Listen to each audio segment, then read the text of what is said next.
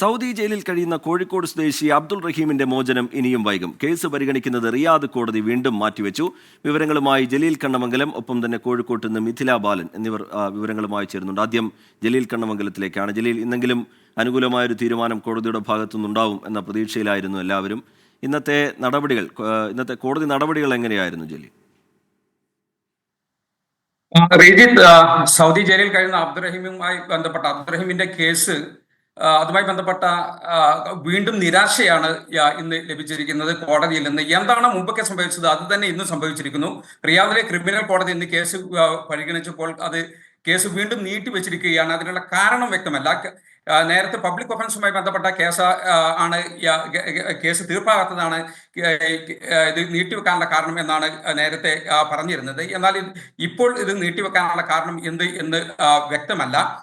എന്തെങ്കിലും രേഖകൾ കൂടുതൽ ആവശ്യമുള്ളതാണോ, അത് ചോദിച്ചതാണോ കാരണം എന്നൊന്നും വ്യക്തമല്ല. ഇന്നെങ്കിലും മോചന ഉത്തരവ് അബ്ദുറഹീമും കുടുംബവും ഒക്കെ പ്രതീക്ഷിച്ചിരുന്നു. ഇന്ന് രാവിലെ 11:30 സൗദി സമയം 11:30 കേസ്, അല്പം മുമ്പാണ് കേസ് പരിഗണിച്ചത്. ഓൺലൈൻ വഴിയായിരുന്നു കേസ് പരിഗണിച്ചത്. അബ്ദുറഹീമും അഭിഭാഷകനും ഒക്കെ ഇതിന് ഹാജരായിരുന്നു. പവർ ഓഫ് അറ്റോർണിയും അബ്ദുറഹീമിന്റെ പവർ ഓഫ് അറ്റോർണിയും എംബസി പ്രതിനിധിയും എല്ലാം ഹാജരായിരുന്നു. കഴിഞ്ഞ 18 വർഷമായി സൗദിയിലെ ജയിലിൽ തുടരുകയാണ് അബ്ദുറഹീം. വധശിക്ഷ കഴിഞ്ഞ ജൂലൈ 2 റദ്ദാക്കിയിട്ട് മോചനമായിട്ടില്ല.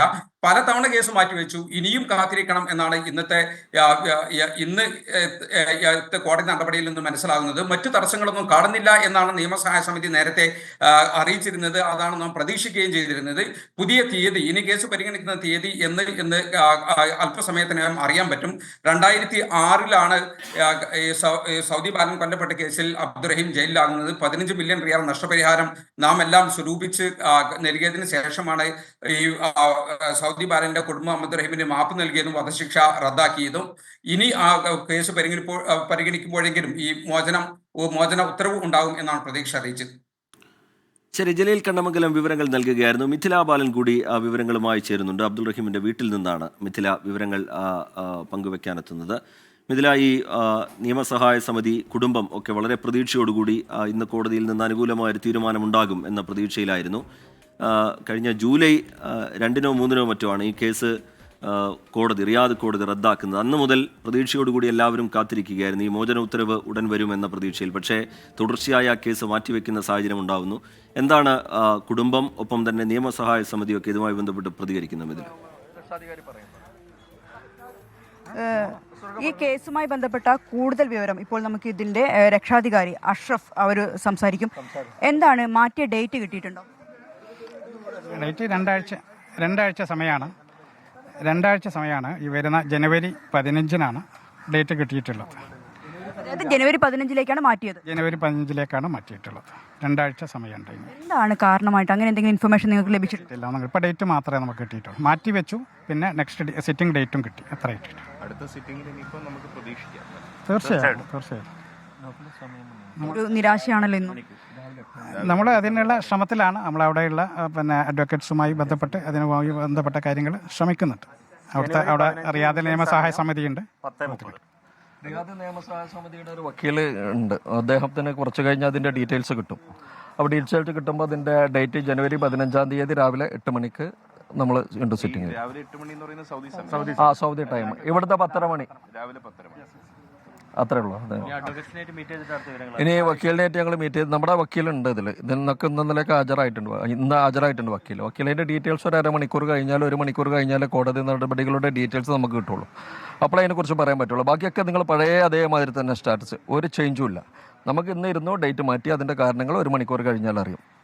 അതിന് മുമ്പ് ഒന്നുമില്ല. വെറുതെ ജനുവരി 15 രാവിലെ 8 മണി, ഇവിടുത്തെ 10:30 മണി ഇന്ത്യൻ ടൈം. ഇതാണ് റിജിത്ത്. ജനുവരി 15-ലേക്കാണ് ഈ കേസ് മാറ്റിയിട്ടുള്ളത്. ഇന്ത്യൻ സമയം 10:30 അതാണ് സമയം.